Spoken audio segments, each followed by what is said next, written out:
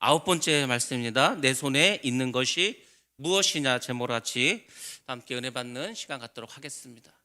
명절이 연휴가 있었습니다. 여러분들 이제 명절이 다 끝이 나고 이제 일상으로 우리가 돌아왔습니다. 이 명절이라는 게 사실 영적으로는 큰 싸움이 있습니다. 믿지 않는 사람들과의 만남도 어렵고 또 이제 여러 곳에서 제사를 지내다 보니까 귀신들이 날뛰고 막 그렇습니다. 그래서 사실 명절을 지내고 나면은 여러분들 몸도 피곤하고 마음도 많이 피곤하실 겁니다. 우리가 어찌 보면은 코로나 덕택에 이 명절을 몇 년간 모이지 않아서 좀 편안하게 명절을 보냈는데 이번에 이제 많이들 모였습니다. 그래서 뭐 물론 좋은 것도 있었겠죠. 오랜만에 또 이렇게 친지들 만나 좋은 점도 있었겠지만 또 여러 가지 어려운 일도 있고 마음 상한 일도 있었을 것입니다. 어쨌거나 예수 믿는 사람들은 하나님께 나와서 예배 드리는 것이 가장 기쁘고 행복한 일입니다. 그리고 혈육을 나눈 형제도 중요하지만 예수 안에서 한 형제된 우리, 이곳에 있는 우리 모두가 사실은 더 하나님 안에서 한 형제 자매이기 때문에 더 가깝고 더 친근하고 그래서 더 사랑해야 될 그런 존재인 줄로 믿습니다. 여러분들 우리가 이런 명절 연휴를 이렇게 우리가 지내고 나면 일상이 참 중요하고 소중하다는 것을 또 우리가 느낄 수가 있습니다. 우리가 뭐 매일매일 똑같은 일이 반복되면은 아우 지겹다 그렇게 재미가 없냐 하지만 그렇지 않습니다. 우리에는 항상 이 일상이 아주 소중합니다. 여러분들이 세상에 나가서 하여튼 최선을 다해 열심히 사시고 그리고 예배 때가 되면 또 예배당에 나와서 예배를 드리고 이 일상이 얼마나 중요한지 모릅니다. 여러분들이 이렇게 평소에 예배 드리고 기도하고 하는 것이 굉장히 소중합니다. 그래서 여러분들 우리가 뭐 이렇게 좋은 곳에 놀러 가고 뭐 외국에 놀러 가고 막 그렇게 하지 않더라도 이렇게 우리가 항상 나와서 예배 드릴 수 있는 교회가 있고 또 나에게 믿음이 있는 거 이것을 감사하시고 무엇보다도 오늘도 말씀 안에서 큰 은혜 받으셔서 여러분들 명절 동안에 겪었던 여러 가지 많은 상처들, 아픔들, 고통들, 피곤한 모든 것들 다 물리치시고 다시 은혜 받으셔서 새 힘을 회복하시길 주의 이름으로 축복합니다. 지난 시간까지 3장을 말씀드렸습니다. 3장까지 이제 하나님께서 모세에게 나타나셔서 하나님의 존재를 분명하고 확실하게 밝혀주셨습니다. 그분의 이름도 알려주셨습니다. 나는 스스로 있는 자이다. 하나님의 이름도 알려주시고 그 하나님이 어떤 하나님인지 언약을 하신 하나님 또 준비하신 하나님 여러 가지 하나님의 신분에 대해서도 밝혀주십니다. 그리고 어떻게 합니까? 내가 너와 함께하리라 동행도 약속해 주십니다. 그리고 내가 너를 도와주겠다 이렇게 약속을 해 주셨습니다. 뭐 이 정도 되면은 글쎄 우리 같으면 어떨지 모르겠습니다. 이 정도 하나님께서 말씀하시면 내가 담대히 나아가서 이스라엘 백성들을 그 애굽에서 바로의 손에서 꺼내올 수 있을 거다 이렇게 확신을 가질 수도 있지만 모세는 여전히 인간적인 한계를 이유대면서 자신이 받은 소명을 거듭 거부하고 부인하고 못하겠다고 그렇게 이야기합니다. 그래서 결국 4장으로 넘어오면서 하나님께서 두 가지 표정을 통해서 하나님이 그와 함께 하심을 눈으로 보여줍니다. 눈으로. 말로는 안 믿으니까 하나님께서 모세에게 직접 눈으로 하나님 능력을 보여주시고 이적을 보여주십니다. 그리고 그것으로도 안 되니까 4장 후반절에 가면은 형 아론을 같이 보내겠다는 거예요. 그 아론을 통해서 말하게 해 주시겠다. 그리고 지팡이를 통해서 하나님께서 이제 하나님의 함께 하심을 보여주면서 모세 너가 이제 사명을 가지고 하나님의 일꾼으로 세워주셨다는 것을 다시 한번 깨닫도록 그렇게 해 주십니다. 그래서 우리가 하나님의 종으로 선다는 것이 하나님의 일꾼으로 이렇게 세워진다는 것이 말처럼 쉽지는 않구나 이것을 다시 한번 깨달을 수 있습니다. 성경에 나와 있는 모세 같은 사람도 이렇게 못하겠다고 끝까지 버티지 않았습니까? 기도원도 그랬고 많은 사람들이 그랬습니다. 그러니까 여러분들이 때로는 그렇습니다. 내가 요새는 믿음도 없는 것 같고 내가 요새는 말씀도 잘 들어오지도 않고 내가 이러다가 지옥 가는 거 아니야? 이렇게 생각할 수도 있습니다. 뭐 인간이기 때문에 다 그럴 수 있죠. 저도 그럴 수 있습니다. 내가 이 목회를 하고 있는데 이게 지금 제대로 하고 있는 건지 하나님이 정말 기뻐하시는 대로 하고 있는 건지 뭐 그런 생각 들 수도 있겠죠. 그렇지만은 그런 생각이 든다 하더라도 여전히 우리는 하나님에게 소명을 받은 사람이고 사명을 받은 사람이고 지혜를 행하는 주님의 일꾼이라는 것을 여러분 잊지 마시고 예배 드리시고 복음을 전하시고 말씀에 순종하시고 그렇게 살아가면은 결국 우리는 천국으로 가게 될 줄로 믿습니다. 그러니까 뭐 내가 아유 지옥 가면 어떡하지 이런 생각은 안 하셔도 됩니다. 여러분 모두는 다 천국의 백성이고 하늘나라의 그런 어떤 그 유산을 물려받은 하나님의 자녀가 다 된 줄로 믿습니다. 1절부터 우리 한 절씩 보면서 말씀드리도록 하겠습니다. 하나님은 이 출애굽 사역을 위해서 모세를 동역자로 삼아 주셨습니다. 중요한 것은 동역자로 삼았다는 겁니다. 동역자. 하나님께서 이게 세상을 마음대로 하시는 것 같지만 절대 그렇지 않습니다. 하나님 항상 사람을 부르시고 그 사람과 함께 일하시는 것을 좋아하십니다. 지금도 마찬가지. 지금도. 근데 제가 볼 때 제가 하나님이더라도 그런 생각을 할 것 같습니다. 야, 오늘날에는 정말 동역자가 별로 없다 이 생각을 할 것 같아요.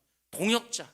어떤 일을 함께 나눠 사는 그 동역자가 참 부족한 그런 세상이지 않나 이런 생각을 제가 해봤습니다. 오늘날에 정말 내가 마음을 같이 해서 우리가 쉽게 말해서 같이 사업을 하는 사람도 있지 않습니까? 같이 사업을 하는 사람도 언제 상대방이 배신할지 몰라 믿을 수가 없습니다. 그래서 동업을 해가고 잘된 사람은 별로 없습니다. 교회도 마찬가지입니다. 교회도 목사님들이 나는 설교를 잘하고 목사님은 전도를 잘하니까 우리가 같이 협동 목회를 하자고 같이 교회를 하자고 뭐 그렇게 해서 이렇게 같이 한 교회 치고 잘된 교회를 거의 본 적이 없습니다. 참 동역하기 힘든 그런 세상입니다. 근데 하나님께서도 우리와 동역하기를 원하고 계십니다. 근데 우리가 하나님이 함께 일하자고 하는데 자꾸 우리도 거부합니다. 그런 경우가 많이 있습니다. 그래서 이제 그 생각을 해봤어요. 야, 오늘날 같이 이렇게 동역자가 부족하다면 내가 조금만 더 하나님께 나아가고 내가 조금 더 마음을 하나님께 드리면은 하나님께 나를 사용하시지 않을까 이런 생각도 해봅니다. 왜냐하면 너무 일꾼이 없으니까. 제가 만약에 사장이라고 하면은 뭐 이게 회사에 많은 직원이 있어. 근데 다 열심히 안 해. 다 대충 막 시간만 때워. 그러면은 그 중에 누군가가 조금이라도 열심히 하면은 그 사람을 매니저로 삼고 그 사람에게 좀 좋은 어떤 일자리를 주지 않겠습니까? 하나님도 그럴 것 같습니다. 하나님도 너무 이 사람들이 지금 열심히 없고 믿음을 살지 않으니까 조금만 더 우리가 믿음을 살면은 하나님께서 우리를 다 사용하실 수도 있겠다 이런 생각도 해봤습니다. 아무튼 하나님은 이제 모세를 동역자로 삼으십니다. 그리고 이제 모세에게 여러 가지 사명을 주시죠. 근데 자꾸 모세는 주저합니다. 저는 부족합니다.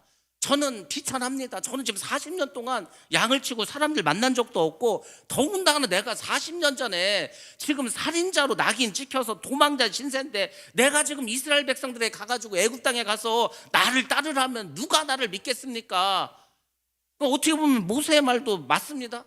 모세의 입장에서는 당연히 그렇게 말할 것 같아요. 그렇죠. 이 사람 이제 나이가 80이고 40년 전에 사람을 죽였고 그래서 도망자 신세고 그런 사람이 40년 만에 갑자기 나타나서 내가 하나님의 어떤 사명을 받았으니까 나를 따르라고 누가 듣겠습니까? 아무도 안 따라오겠죠. 그러니까 모세의 말도 어떻게 보면은 좀 이해가 갑니다. 모세 입장에서는. 근데 하나님 입장에서 한번 생각해 보시기 바랍니다. 하나님 이미 내가 너와 함께 하겠다, 내가 너에게 능력도 보여주겠다 다 주셨는데도 모세가 못 믿으니까 하나님 입장에 볼 때 모세는 지금 굉장히 불신앙적인 모습이고 불순종의 모습을 하고 있다는 겁니다. 자, 여기서 이제 우리가 하나 생각해 볼 게 있습니다. 우리가 이제 교회를 합니다. 집사님 이번에 이거 한번 해보시죠. 권사님 이번에 이거 한번 맡아서 해보시죠. 그러면 이제 이렇게 말하는 분들이 저는 능력도 없고 아무것도 못하고 막 그렇습니다. 그래서 자꾸 이게 거부하는 분들이 있습니다. 이게 어떻게 볼 때는 되게 좀 겸손한 모습으로 비춰질 수도 있습니다. 저분이 겸손해서 그렇구나. 근데 다른 한편으로 보면 그렇지 않습니다. 이건 불순종입니다. 나약함을 나타내는 일일 수도 있습니다. 지금 교회들마다 봉사자가 없다는 거예요. 지금 뭐 우리 교회는 말할 것도 없고 뭐 좀 몇천 명 단위, 몇만 명 되는 그런 큰 교회도 교사가 없다는, 교사가 지금 학생이 많지 않아서 옛날같이 교사도 많이 필요하지 않습니다. 제가 90년대 한참 교회 일 열심히 할 때는 우리 중등부 교사만 20명이 넘었습니다. 중고등부 같이 연합해서 수련회 가면 교사들만 4, 50명 됐습니다. 근데 지금은 교사 좀 하라 그러면 못 한다는 거예요. 뭐 능력이 안 된다는 어찌 하는데 능력은 다 됩니다. 지금 뭐 능력 안 된 사람 어디 있어? 근데 봉사를 하기 싫다는 거예요. 성가대 좀 한번 하시죠. 아이고 성가대 하면은 아침 일찍 가야 되고 남아서 연습해야 되고 복잡해. 못 한다고. 나는 노래를 못 한다고. 이리 빼고 저리 빼고. 그래서 교회에 일꾼이 없습니다. 지금 그나마 사람도 많이 줄어서, 제가 지난번에 주일날 말하지 않았습니까? 한국 기독교에 얼마나 성도가 많이 줄었고 얼마나 지금 교회들마다 사람이 없어 난리인지 말씀드렸습니다. 근데 그 줄어든 사람 속에서도 일꾼이 없는 거예요. 지금 일할 사람이 없습니다. 제가 그래서 그 말씀이 생각이 나는 거예요. 정말 출소할 때가 됐어. 제가 파주했을 때 농사를 한 1, 2년 접었습니다. 근데 일꾼이 별로 없어. 이게 곡식이 잘 자랐습니다. 막 봄에 비료도 주고 여름에 가서 막 그 풀도 매주고 해서 잘 자랐어. 이제 거두기만 하면 돼. 근데 거둘 사람이 없어. 그러면 그 열매가 어떻게 되는지 아십니까? 설이 맞아서 죽을 수도 있고, 새가 와서 쪼아 먹을 수도 있고, 벌레가 와서 막 얼마나 마음이 아픈지 모릅니다. 야, 이게 빨리 지금 우리가 추수를 해야 되는데, 빨리 열매를 따야 되는데. 그러니까 지금 하나님도 그런 것 같아요. 하나님도 지금 영혼들이 다 무르익었습니다. 이제 막 하얗게 돼버렸어. 누렇다 못해서 이제 하얗게 됐어. 이제 가서 그냥 낫으로 베기만 하면 쫙쫙쫙 그 추수가 될 텐데, 이 낫을 들고 나갈 사람이 없는 거지. 일꾼이 없습니다. 일꾼이 없는 그런 세상을 살아가고 있어. 하나님 입장에 보더라도, 교회 입장에서 보더라도 일꾼이 없는 그런 때를 우리가 살아가고 있습니다. 그래서 여러분들 교회에서 혹시 뭐 좀 이렇게 봉사라고 하면은 부족한 거 압니다. 못하는 거 압니다. 그래서 제가 그랬잖아요. 잘하고 못하는 건 내가 말하지 않겠다고. 여러분들 열심히 내가 믿음으로 한번 해보겠습니다. 제가 봉사하겠습니다. 이렇게 나오시기 바랍니다. 그래 좀 같이 동역하자는 사람도 신이 나지. 뭐 좀 하자 그러면은 이래 빼주고 저래 빼주고 하면 누구 데리고 일을 합니까? 하나님도 지금 모세를 데리고 일을 해야 되는데 모세가 자꾸 못하겠다고 나가는 거예요. 그것은 겸손이 아닙니다. 바로 불순종이 될 수가 있습니다. 자, 이렇게 해서 이제 2절과 3절로 넘어가게 됩니다. 계속해서 주저하는 모세에게 하나님께서 이런 질문을 하십니다. 자, 이제는 하나님 질문하는 거, 모세가 질문하는 게 아니고 이렇게 묻습니다. 내 손에 있는 것이 무엇이냐, 이렇게 물었습니다. 지금 네 손에 있는 게 뭐냐? 그랬더니 모세가 뭐라고 말했습니까? 지팡이입니다. 지팡이가 있습니다. 지팡이가 뭡니까? 그냥 나무 막대기지 않습니까? 아무 뭐 힘도 없고 아무 뭐 능력도 없는 것이 나무 지팡이입니다. 여러분들, 이것을 오늘날 여러분들에게 하나님이 묻는다고 생각하지 않습니까? 하나님께서 여러분에게 지금 묻고 계십니다. 지금 너에게 네 손에는 그러면은 무엇이 있느냐? 하나님께서 여러분에게 묻고 계십니다. 여러분들은 그러면 하나님, 저는 무엇이 있습니다. 무엇이 있다고 여러분들은 대답하시겠습니까? 여러분의 손엔 지금 무엇이 있습니까? 여러분은 지금 무엇을 가지고 있습니까? 잘 생각해 하셔야 됩니다. 여러분 지금 뭘 가지고 있습니까? 하나님께서 오늘 밤에 꿈에 나타나셨습니다. 여러분에게 묻는 거예요. 야, 너에게 지금 있는 게 뭐냐? 글쎄요, 저는 돈도 없고 능력도 없고 건강도 없고 나이만 많고 아무것도 없는데요. 이렇게 대답하실 겁니까? 그렇지 않습니다. 여러분들, 우리 모두에게는 하나님께서 주신 은사가 있습니다. 우리에게는 하나님께서 주신 뭔가 재능이 있습니다. 그것도 저것도 없다면 잘 생각해 보시기 바랍니다. 나무지팡이는 모세가 그냥 늘 가지고 다니는 거지 않습니까? 아주 일상적인 겁니다. 여러분의 일상적인 그것도 하나님은 얼마든지 사용할 수 있다는 겁니다. 우리는 뭔가 은사나 재능이라고 하면은 남들이 없는 뭐 대단한 걸 생각합니다. 내가 뭐 말을 잘한다든지 노래를 잘한다든지 전도를 잘한다든지 뭘 내가 되게 잘하는 거를 가지고 있어야 하나님이 사용한다고 그렇게 착각을 합니다. 근데 그거 갖고 하지 않습니다. 하나님은 하나님의 능력으로 우리를 사용하는 거지 내 능력을 들어서 사용하지 않습니다. 우리가 능력 있으면 뭐 그럼 얼마나 많이 있겠습니까? 뭐 말을 잘하면 얼마나 잘하고 뭐 노래를 잘하면 얼마나 잘하고 나가서 전도를 잘하면 얼마나 잘하겠습니까? 어차피 하나님이 하시는 거예요. 그러니까 하나님이 우리에게 원하는 것은, 주님, 제가 부족하지만, 제가 정말 능력도 없지만 그래도 내가 믿음을 가지고 열심히 한번 해보겠습니다. 그런 우리의 확신과 우리의 결단, 그것을 하나님이 원하고 계신 줄 믿습니다. 그러니까 착각하면 안 되는 거예요. 내가 뭘 잘해서 하나님께 드리는 게 아니라니까. 하나님은 아무리 작은 것도, 아무리 보잘것없는 것도, 이 돌덩이를 가지고도 아브라함의 후손, 하나님의 자녀를 만들 수 있다니까. 하나님은. 그러니까 여러분들이 내가 뭘 능력이 있어서 내가 뭘 잘해서 한다고 착각하지 마시고, 나에게는 있는 게 없지만 나에게 있는 그 믿음으로 나아가겠습니다. 이렇게 나아가셔야 됩니다. 그래서 항상 우리는 뭔가 하나님께 내어놓아야 될 뭐가 있어야 되는 거예요. 그것이 무엇일까? 믿음입니다. 믿음. 그러니까 언제 어디서든지 하나님께서 여러분에게 너에게 있는 게 뭐냐? 그러면 하나님, 저에게는 믿음이 있습니다. 내게는 믿음이 있습니다. 하나님께서 천지를 창조하시고 그 하나님께서 나를 위해서 예수 그리스도를 이 땅에 보내주시고 그를 죽게 하셔서 그가 부활하셔서 또 그분을 믿음으로 나를 천국 백성 삼아준 것을 믿습니다. 그건 다 가지고 있잖아요. 여러분들이 이 정도 여기 지금 앉아있을 정도면, 그러니까 그것만 있어도 하나님은 여러분을 반드시 사용해 주실 줄로 믿습니다. 그래서 결국은 뭐죠? 믿음이라는 것은 신앙생활이라는 것은 결국 주님과 나 사이의 어떤 관계 속에서 모든 것이 결정난다는 겁니다. 뭐 다른 사람이 뭐 다른 사람 때문에 나는 못하겠어, 누구 때문에 나는, 그게 아니라 나와 주님과의 관계 속에서 모든 것이 일어나는 겁니다. 인류 역사도 그렇습니다. 모든 인간관계도 다 마찬가지입니다. 그 사람과 나와의 관계 속에서 뭔가 다 이루어지는 겁니다. 근데 그 사람과 나와의 관계 속에서 무엇이 필요한지 아십니까? 서로 간에 믿음도 필요하고, 더 중요한 것은 진정한 사랑하는 마음이 있어야 되는 거예요. 사랑하는 마음이 있으면 아까울 것이 하나도 없습니다. 우리가 잘 아는 사람 중에 양귀비라고 하는 사람이 있습니다. 양귀비라고 우리가 이름을 이제 들어보셨을 겁니다. 당나라에, 중국 당나라에 현종이라고 하는 왕이 있었습니다. 이 왕이 처음에는 아주 정치를 잘했습니다. 그래서 땅을 골고루 나눠줬습니다. 그래서 모든 백성들이 잘 살 수 있도록, 지금으로 치면 중산층이 많이 있을 수 있도록 그렇게 정책을 아주 잘 썼습니다. 그래서 그 중국 당나라 역사상 정말 먹고 살기 좋고 아주 그냥 태평성대를 이루는 그런 사회를 구가했던 것이 현종이라는 왕이었습니다. 근데 어느 날 이 아들이 있었는데, 이 아들이 장가를 들게 되었습니다. 그 며느리가 들어왔는데, 며느리가 이제 그 연회장에 춤을 춥니다. 근데 너무 이쁜 거예요. 야, 어떻게 저렇게 이쁠 수가 있을까? 그래서 완전히 이 현종이라는 왕이 그 며느리에게 반해버렸습니다. 그래서 아들과 이 며느리 사이를 갈라놓고 결국은 자기가 후궁으로 삼았습니다. 그리고 이제 황후가 죽어버렸어요. 더 이상 황후를 뽑지 않고 이 양귀비라고 할 때, 그 귀비라는 게 그 후비들 중에서 가장 높은 자리입니다. 그러니까 왕후는 없어. 왕후는 없는데 후처들만 있는데 그 중에서 제일 높아. 그 지위를 주고 양귀비하고 사랑에 빠져서 이제 정치를 자꾸 이제 어떻게 합니까? 이제 정치에 관심을 두지 않고, 그러다 보니까 이제 어떻게 된가, 나라가 점점 어려워지게 되었죠. 자, 그렇게 해서 이제 사랑에 빠졌는데, 현종에게 양귀비는 무엇이든지 줄 수 있는, 그러니까 뭐 사달라는 거 다 사주고, 먹고 싶은 거 다 해주고, 비단도 달라는 거 다 해주고, 하여튼 그렇게 했었습니다. 근데 그렇게 사랑하는데도 너무 사랑하다 보니까, 여러분들 너무 사랑하면은 무슨 병이 생기는지 아십니까? 시기질투가 생기는 거예요. 시기질투가.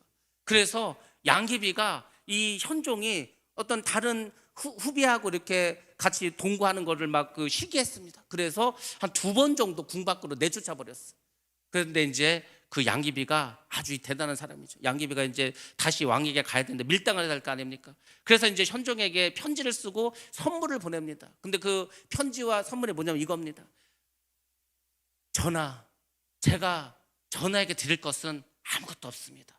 단지 나의 이 백옥과 같은 피부와 이 머리털밖에 없습니다. 그래서 머리털을 잘라가지고 편지와 함께 보냅니다.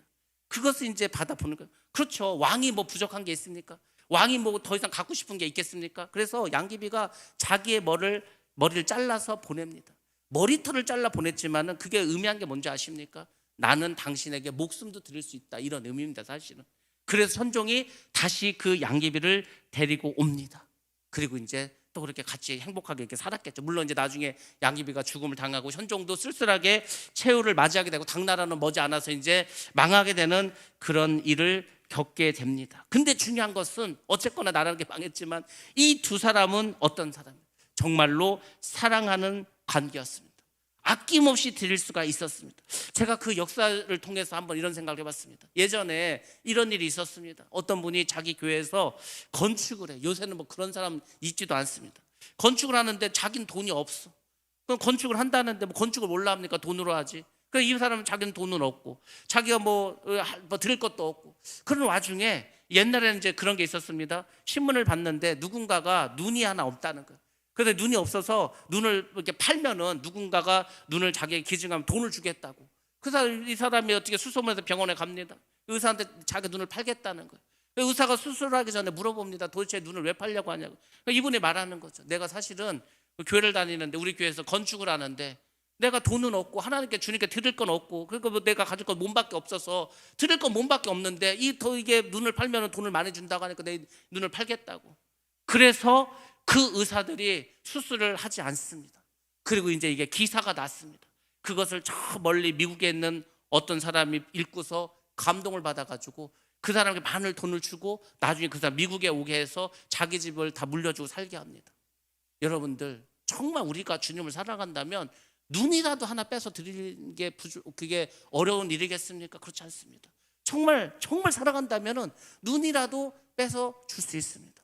여러분 정말 사랑하는 사람이 있다면, 그게 자식이 됐던 사랑하는 사람이 됐던 누군가가 된다, 누군가 있다면 그 사람을 위해서 여러분들이 돈도 없고 줄 게 없다면 여러분 몸이라도 정말 주지 않겠습니까? 간이라도 하나 빼서 주지 않겠습니까?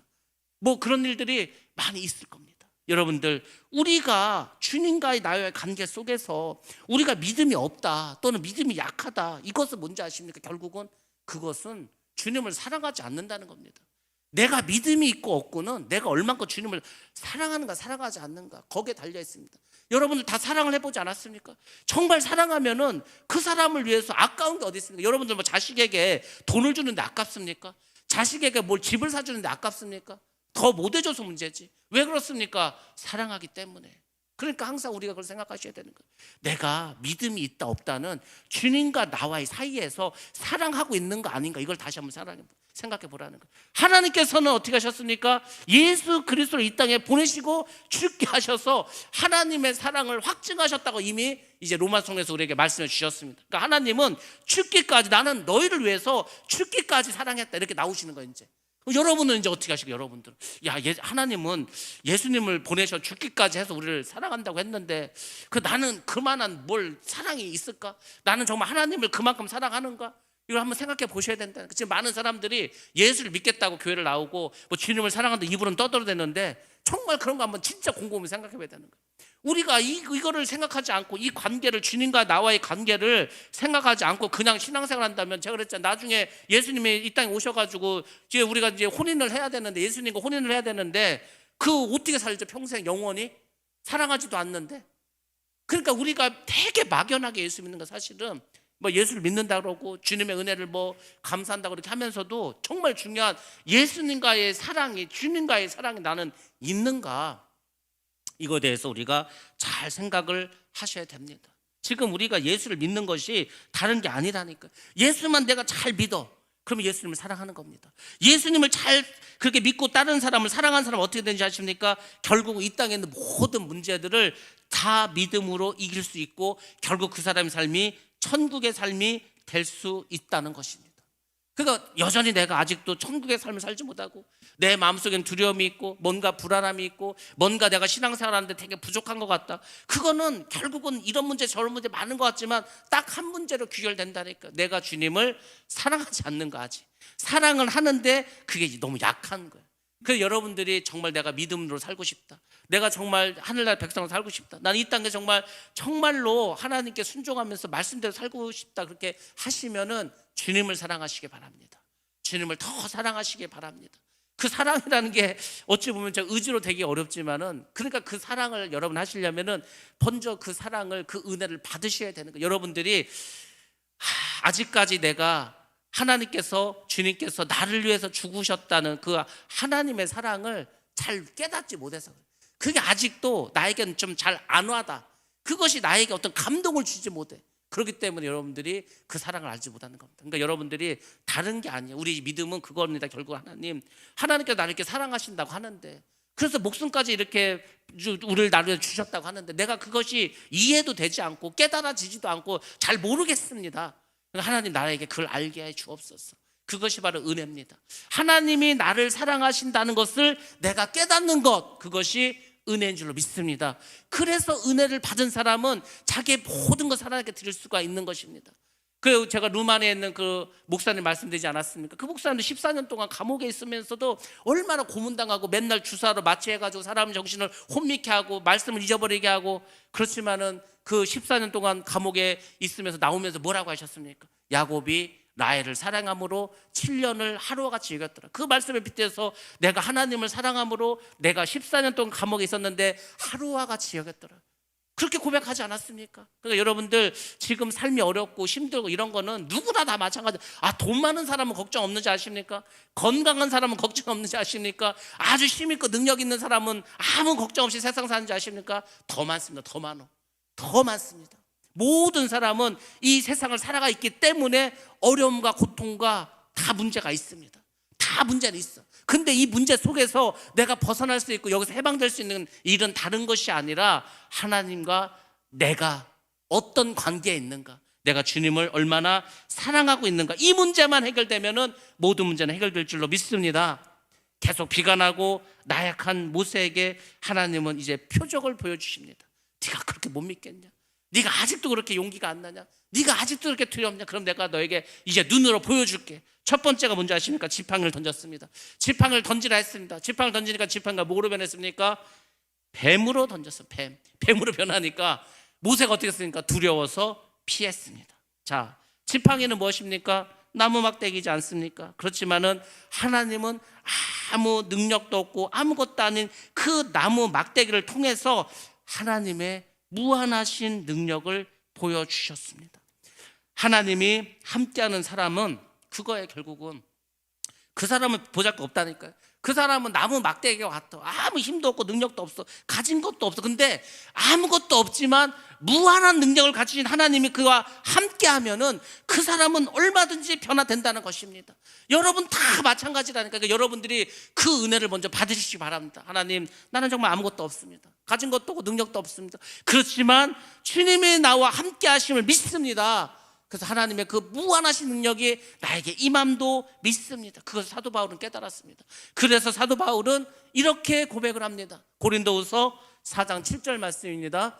자, 같이 봅니다. 시작. 우리가 이 보배를 질그릇에 가졌으니 이는 심히 큰 능력은 하나님께 있고 우리에게 있지 아니함을 알게 하려 함이라. 아멘. 아멘. 질그릇이 뭡니까? 흙으로 만든 보잘것없는 그릇이지 않습니까? 근데 그 질그릇이 왜 중요합니까? 그 속에 보화가 있기 때문에.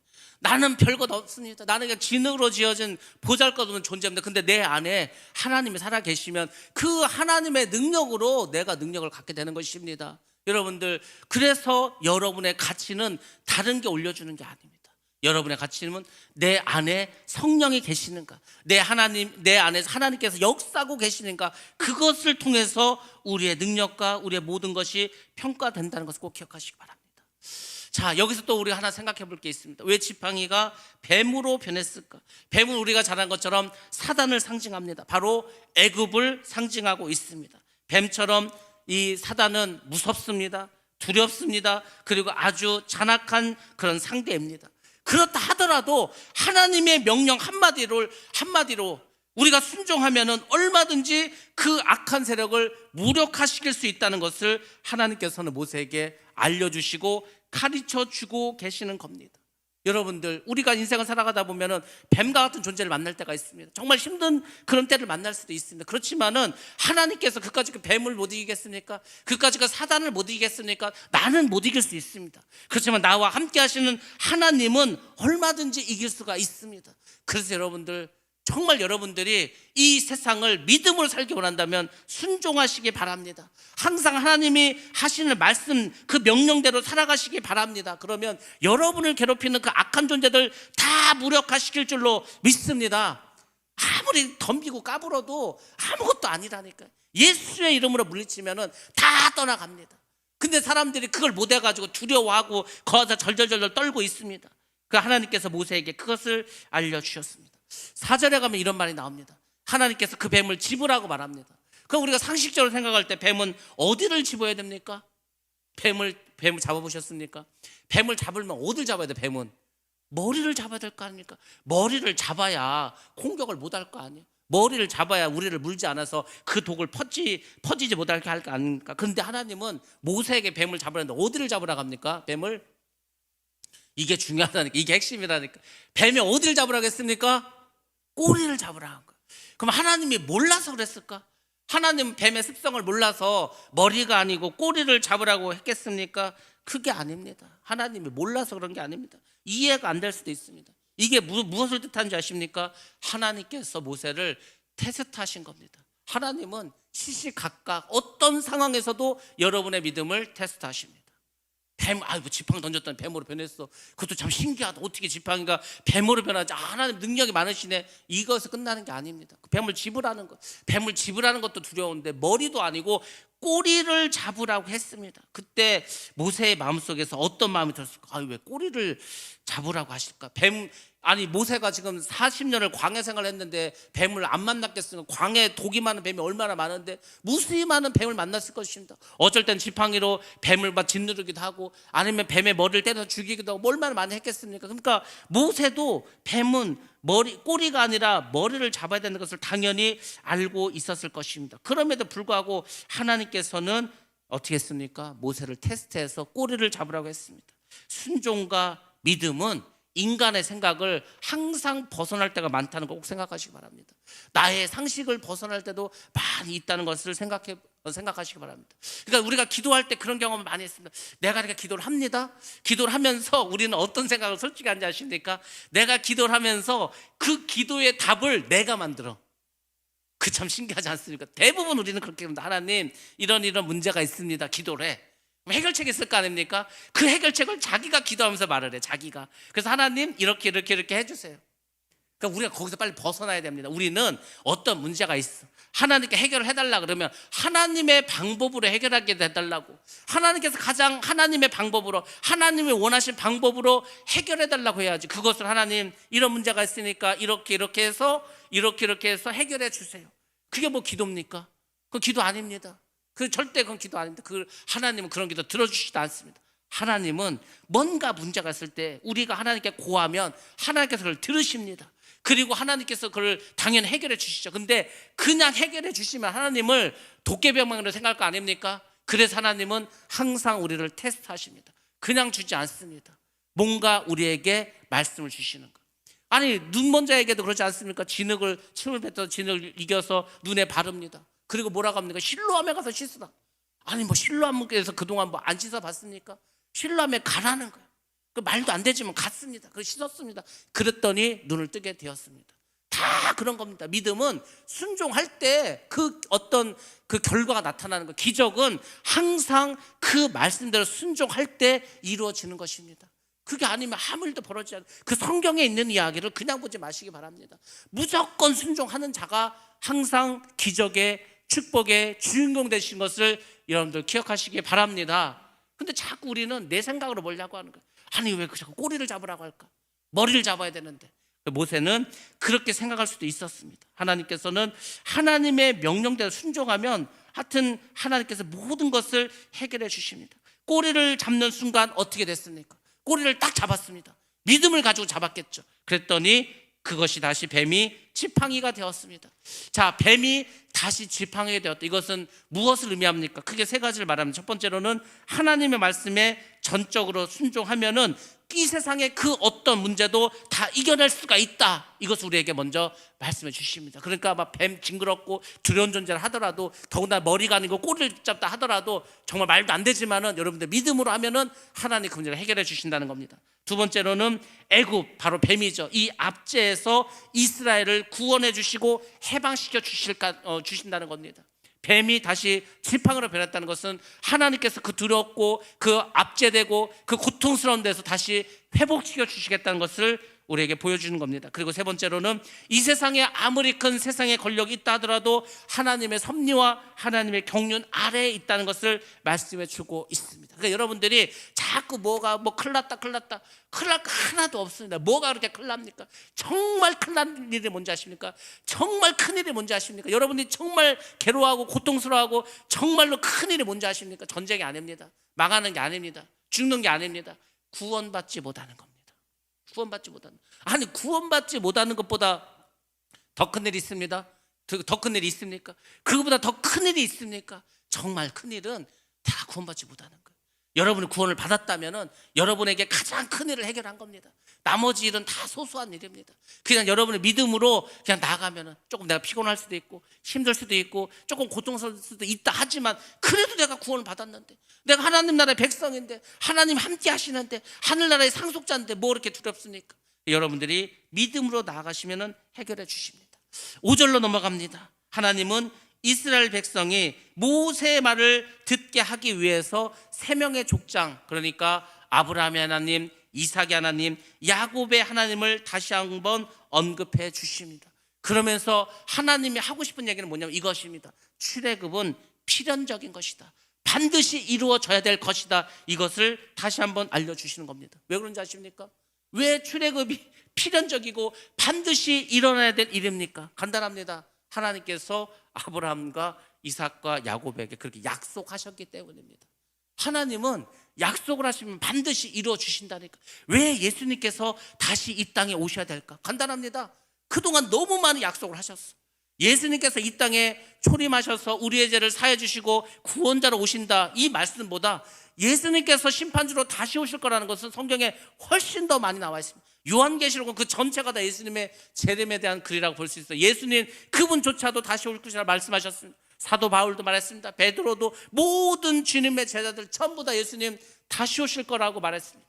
다시 오신다고 했는데 그 약속은 아직 이루어지지 않았습니다. 그 얘기는 뭔지 아십니까? 반드시 예수님은 다시 오신다는 겁니다. 그러니까 여러분들이 그 소망을 늘 가지셔야 돼요. 예수님 다시 오신대. 예수님 다시 오시면 어떨까? 그것을 소망도 하시고 그걸 또 상상도 해보고, 그때 얼마나 기쁠까? 어떻게 얼마나 행복할까? 그때 하늘문이 열리고 정말 하나님께서 천군 천사 같이 내려온, 그런 상상은 안 하고 사십니까?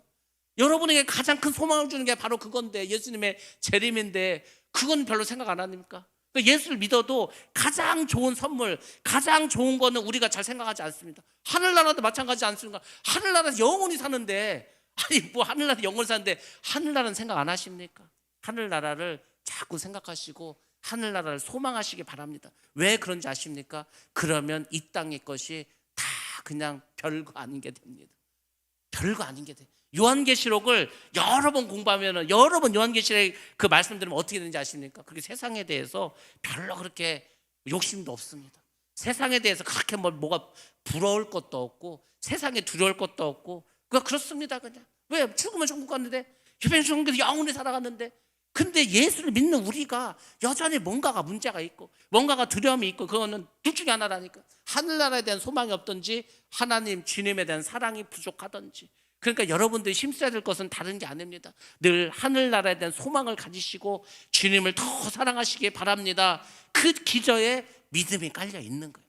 그래서 믿음, 소망, 사랑이 항상 같이 가는 겁니다. 근데 천국에 가면은 남는 것은 사랑밖에 없습니다. 이 땅에서 필요한 게 믿음이고 소망입니다. 근데 우리가 천국에 가려면은 믿음과 소망은 꼭 있어야 합니다. 물론 그 위에 사랑을 담고 가야 합니다. 그것이 신앙생활입니다. 그러니까 여러분들이 크게 보시기 바랍니다. 우리의 믿음 생활을 크게 보시고 하늘나라를 소망하시고 주님을 사랑하시고 항상 믿음으로 결단하시고 순종하시면 여러분의 삶은 정말 평탄한 삶, 주님이 함께 하시는 임마누엘 삶이 될 줄로 믿습니다. 자, 이렇게 해서 이제 뱀이 변하는 사건 하나 보여주셨습니다. 6절에 가면은 두 번째 표적을 보여주시는데, 그것은 바로 문둥병이 되는 것이었습니다. 이 병은 심판과 저주를 상징합니다. 지금 이스라엘 백성들이 애굽에서 어떻게 살아가고 있습니까? 종살이 하고 있지 않습니까? 천대를 받고 있지 않습니까? 이스라엘 백성들이 애굽의 우상으로 인해서 지금 영적으로 다 더럽혀져 있지 않습니까? 영적으로는 다 문둥병 환자 같은 모습입니다. 이스라엘 백성들이 지금 하나님께 예배를 드리고 있습니까? 400년 동안 하나님 섬기지도 못하고 있습니다. 전부 다 애굽의 신 앞에 거기서 절하고 있지 않습니까 지금? 그래서 영적으로 지금 이 문둥병과 같은 상황이 있는 것을 하나님께서 보여주고 있습니다. 근데 이 기적을 어떻게 베푸십니까? 손을 넣었다가 빼니까 문둥병 걸렸어요. 다시 넣었다 뺐더니 깨끗해지지 않았습니까? 그것을 통해서 하나님께서 다시 내가 이스라엘 너희를 회복시켜 주겠다 이겁니다. 결국 하나님께서는 문둥병자같이 흉한 상태에 있다 하더라도 내가 너희들 다시 회복시켜 주겠다, 너희들을 구원시켜 주겠다, 그래서 나의 백성으로 만들어 주시겠다는 하나님의 의지가 이 표적을 통해서 우리에게 보여주고 있습니다. 우리의 믿음이 잠시 떨어질 수 있다니까요. 우리의 믿음이 뭔가 좀 낙심할 수도 있습니다. 또 우리가 좌절할 수도 있습니다. 그렇지만 하나님은 능히 거기서 여러분을 다시 회복시킬 수가 있습니다. 하나님 믿으시기 바랍니다. 어떤 사람들은 그렇게 생각합니다. 나는 이제 끝났어. 나는 이제 소망도 없고 나는 이제 모든 것이 이제 절망적이야. 그렇지만 여러분들, 그 상황에서도 하나님은 언제든지 다시 상황을 역전시켜 주십니다. 욥기를 괜히 읽으신 거예요. 욥기. 아니, 욥같이 그렇게 정말 어려운 일을 당한 사람이 어디 있어요? 자식 10명 다 죽었습니다. 그 많던 재산 하루아침에 다 날아가 버렸어요. 자기도 지금 막 병에 걸렸습니다. 친구들 와가지고 위로한다고 와가지고 계속 염장을 지르고 있습니다. 부인도 막 차라리 혀 깨물고 죽고 하나님을 욕하고 죽으라고 막 그러지 않습니까? 다 떠나갑니다. 여러분은 그 상황에서 그거를 견딜 수 있습니까? 여러분들 그만한 어떤 정신력을 가지고 있습니까? 우리는 그 정도 되면 벌써 다 셔게 물고 죽어버립니다. 그 상황 못 이깁니다. 어떻게 이길 겁니까? 못 이긴다니까. 근데 요번 다 견디지 않습니까? 견뎠더니 어떻게 했습니까? 하나님이 다시 회복시켜 주셨죠. 하나님은 회복시킬 때 그냥 회복도 안 시켜줍니다. 어떻게 했습니까? 갑절로 회복시켜 주십니다. 그러니까 여러분들 지금 빼앗긴 게, 제가 그랬잖아요. 우리가 그 출애굽을 할 때 이스라엘 백성들 그냥 나온 게 아니라니까요. 금은보와 폐물을 다 받아서 나오지 않았습니까? 우리가 마귀에게 빼앗기고 마귀 때문에 놓친 많은 복이 있는데 하나님께서 그를 다시금 우리에게 주실 때는 배가 돼서 주신다니까요. 그러니까 여러분들 그걸 믿으시고 말씀대로 순종하시고 한번 믿음을 결단을 내리시기 바랍니다. 내가 지금부터 정말 믿음으로 한번 살아보겠다. 내가 말씀대로 한번 살아보겠다. 내가 정말 이제 주님만 사랑하면서 한번 사랑해 보겠다. 그 살아보면은 하나님께서 여러분을 회복시켜 주십니다. 모든 것을 회복해 주십니다. 근데 그렇게 회복시켜 주실 때는 여러분이 원래 가지고 있었던 그 이상으로 회복해 주십니다. 그래서 하나님은 좋으신 하나님.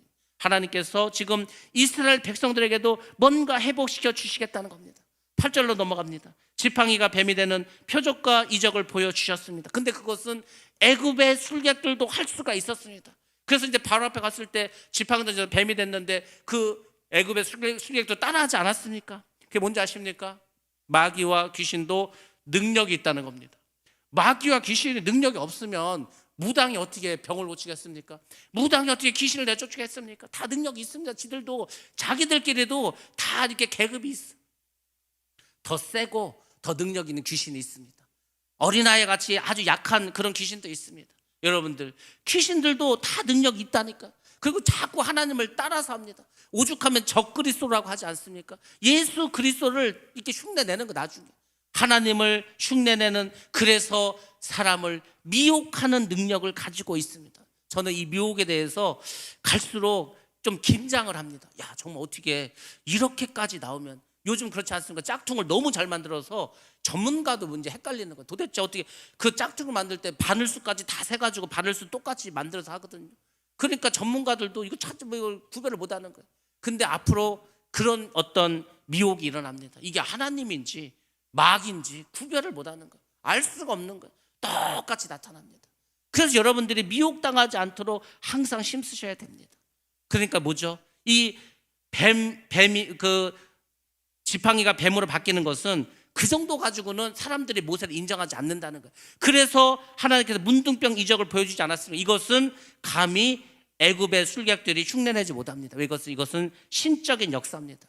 마귀는 하나님을 흉내낼 수 있고 어느 정도 능력을 가지고 있지만 그 마귀가 할 수 없는 것도 굉장히 많이 있습니다. 왠지 아십니까? 하나님과 마귀는 질적으로 다릅니다. 하나님은 창조주시고 마귀 귀신은 피조물입니다. 그렇기 때문에 마귀가 아무리 대적을 하고 아무리 힘을 내고 어쩌고저쩌고 해도 결국 하나님을 이길 수가 없습니다. 그래서 여러분들이 마귀를 이길 수 있는 것은 여러분의 힘과 능력으로 이기는 것이 아니고 우리 안에 들어가신 성령의 능력으로 우리가 마귀와 귀신을 내어쫓고 이기고 승리한 줄로 믿습니다. 그래서 병들면 기도하시라니까요. 어려운 문제가 있으면 기도하시라니까. 악한 마귀가 자꾸 나쁜 생각을 주면은 그것을 이기시기 바랍니다. 여러분의 생각과 여러분의 마음을 지키는 것, 이것이 중요하다고 하지 않았을까? 왜? 마귀가 그걸 통해서 틈을 타기 때문에. 하나님께서는 두 가지 표징을 보여주셨습니다. 표징이란 말이 히브리어로 소리라는 뜻을 가지고 있습니다. 바로 하나님께서는 이 이적들을 통해서, 표적을 통해서 하나님의 뜻, 하나님의 소리, 하나님의 말씀을 알게 해주신 겁니다. 하나님은 우주 전체에 이 피조물들 통해서, 자연 세계를 통해서 하나님의 뜻, 하나님의 소리, 하나님의 말씀을 보여주고 있습니다. 제가 그랬잖아요. 오늘 기도한 하나님께서 이 자연 만물을 보고 하나님의 뜻을 깨달으라고. 그래서 저도 몇 가지 깨달은 게 있습니다. 아, 그렇구나. 여러분들 성경에도 이런 구절이 많이 있습니다. 하나만 보겠습니다. 욥기서 12장 7절에서 8절 말씀입니다. 시작. 이제 모든 짐승에게 물어보라. 그것들이 내게 가르치리라. 공중의 새에게 물어보라. 그것들이 또한 내게 말하리라. 땅에게 말하라. 내게 가르치리라. 바다의 고기도 내게 설명하리라. 아멘. 아멘. 때로 우리가 동물들이 살아가는 거 보면 얼마나 지혜로운지 모릅니다. 하물며 뭐라고 했어요? 개미에게 가서 개미가 하는 것을 보고 배우라고 하지 않았습니까? 여러분들 이게 우리가 뭐 동물들이나 이 미물들을 하찮게 여겨서는 안 됩니다. 다 하나님이 창조하신 겁니다. 그 안에 하나님의 섭리를 다 불어넣어 주셨습니다. 그러니까 여러분들이 이 하나님께서 창조하신 이 우주 만물을 보고서, 자연을 보고서 하나님께서 우리에게 어떤 소리를 내고 계시는가, 어떤 말씀을 주시는가를 잘 기울여서 들으시기 바랍니다. 사업하는 자에게는 그것이 아이디어가 될 것이고, 공부하는 자녀들에게는 그것이 지혜가 될 것이고, 이 세상을 살아가는 우리 모두에게는 그것이 우리가 믿음으로 살아가는 하나님의 숨겨진 보물이 그 안에 다 감춰 있는 줄로 믿습니다. 제가 9절 말씀 보겠습니다. 두 가지 표적을 믿지 않으면 이제 어떻게 할 것인가. 이렇게 했는데도 애굽 백성들이, 또 이스라엘 사람들이 이 모세의 말을 듣지 않는다. 그러면은 어떻게 하라고 했습니까? 물을 떠다가, 강물을 떠다가 육지에 부으라고 했습니다. 그러면 그것이 피가 될 것이라고 말했습니다. 여기서 이제 강은 날강을 말합니다. 피는 죽음과 파괴를 상징하고 있습니다. 애굽 사람들은 날강을 굉장히 신성시했습니다. 날강을 하피라고 불렀는데, 이 하피는 바로 날강의 신의 이름입니다. 나일강이 왜 이렇게 신성시하게 됐냐면, 나일강은 생명의 신이 있는데 그 생명의 신이 오시리스라고 하는 신이 있습니다. 이 오시리스가 특별하게 애굽 사람들에게 준 선물이라고 생각하는 거예요. 생명의 신이 우리를 위해서 특별하게 준 선물이다. 그것이 나일강이다. 그 나일강에는 누가 있죠? 신이 있다고 했죠. 하피라고 하는 신이 있다. 그래서 나일강을 신성시 여깁니다. 근데 하나님께서 어떻게 하시겠다는 겁니다. 그 나일강을 피로 만들어 버리겠다는 겁니다. 이게 뭔지 아십니까? 바로를 포함한 모든 애굽 사람과 모든 애굽의 신을 하나님께서 한꺼번에 다 멸망시키고 파괴시키라는 겁니다. 전부 다 파괴시키고 이스라엘 백성들을 구원해 주실 거다. 이것을 예표해 주고 있습니다. 결국 모든 사람들은 모세의 소명과 하나님께서 모세를 보내셨다는 것을 이걸 통해서 믿게 될 거라고 말합니다. 근데 어떻게 됩니까? 그래도 바로가 말을 듣지 않죠. 그래서 결국은 10가지 재앙을 다 맞고 맙니다. 이렇게 사람이 어리석습니다. 그냥 한두 번 공격을 받고 한두 번 어려운 일을 겪으면 깨달으면 되는 거예요. 빨리 깨닫고 회개하고 나아가면 하나님께서 회복시켜 주시고 더 하나님께서 사명을 주시는데, 무지한 인간은, 믿음이 없는 사람은, 그리고 교만한 사람은 절대 회개하지 않습니다. 교만하니까 회개하지 않는 거예요. 교만한 사람 특징이 뭔지 아십니까? 내가 뭘 잘못했는데, 내가 뭘 잘못했는데 나보고 회개하라고 하는 이겁니다. 그 교만해서 회개하지 않습니다. 회개하지 않기 때문에 그 죄가 사라지지 않습니다. 그래서 멸망당하는 겁니다. 겸손한 사람은 자기의 죄를 깨닫습니다. 회개합니다. 자기의 부족함을 고백합니다. 그러니까 용서함을 받고 긍휼하심을 얻어서 하나님께서 다시 회복시켜 주시는 겁니다. 오늘날 하나님의 역사는 날마다 사실 우리 가운데 이루어지고 있습니다. 여러분들 아실나 모르겠지만 여러분이 기도하는 것도 역시 여전히 응답받고 있는 중입니다. 우리가 이것을 자꾸 놓치는 것 같아요. 여러분이 기도하면은 하나도 안 이루어집니까? 그렇지 않습니다. 하나님 여러분의 기도를 들으시고 계속해서 그 기도를 주고 응답해 주고 있는 중입니다. 그 기도가 완성돼서 딱 우리 눈앞에 나타나지 않았을 뿐이지, 여러분이 기도한 걸 하나님께서는 계속해서 천사를 시켜서 하나님 그분이 역사하셔서 계속 일하고 계신다니까요. 그러니까 기도를 할 때 항상 내 기도가 이루어질 거라는 걸 믿으시고 절망하지 말고 낙심하지 마시고 이루어질 때까지 기도하시기 바랍니다. 하나님 지금 하고 계신 중이라니까요. 우리 삶 속에서 지금 기적이 계속 일어나고 있다니까요. 여러분이 예수를 믿는 것 자체가 기적입니다. 제가 지금 이 자리에서 이렇게 말씀을 전하는 것 자체가 기적이라니까요. 이게 그까짓 게 뭐가 기적이다. 예수는 아무나 믿는 줄 아십니까? 여러분들, 여러분의 이 마음속에서 하나님을 믿는 게 그게 저절로 되는 줄 아십니까? 아니라니까요. 이게 쉽게 되는 게 아닙니다. 우리가 예수를 믿고 그분을 사랑하고 그분의 은혜를 체험하고 그분을 믿는 이 모든 것 자체가 사실은 다 기적입니다. 수많은 기적과 이적이 우리가 알게 모르게 우리 삶 가운데서 이루어지고 있습니다. 그 진행형입니다. 진행형. 성령께서 우리 안에 들어오셔서 역사하고 계십니다. 우리를 날마다 영적으로 깨워주십니다. 우리로 하여금 민감하게 해주십니다. 그 하나님의 말씀을 들을 수 있도록 해주십니다. 말씀을 들으면 그 말씀을 순종할 수 있는 힘과 에너지도 우리에게 계속해서 공급해 주고 계십니다. 여러분의 손에는 지금 무엇이 있습니까? 다시 한번 여러분에게 있는 것을 확인해 보시기 바랍니다. 그리고 믿음으로 나아가시기 바랍니다. 그리고 주님을 사랑한다는 사랑의 고백도 하시기 바랍니다. 그 사람과 하나님 함께 하시고 기적을 만들어 가시고 동역하시고 그 사람을 천국에서 영원히 주님과 하나님과 살아갈 수 있도록 해 주십니다. 그런 정말 복받은 사람, 그런 정말 존귀한 사람 여러분과 저가 되기를 주의 이름으로 축복합니다.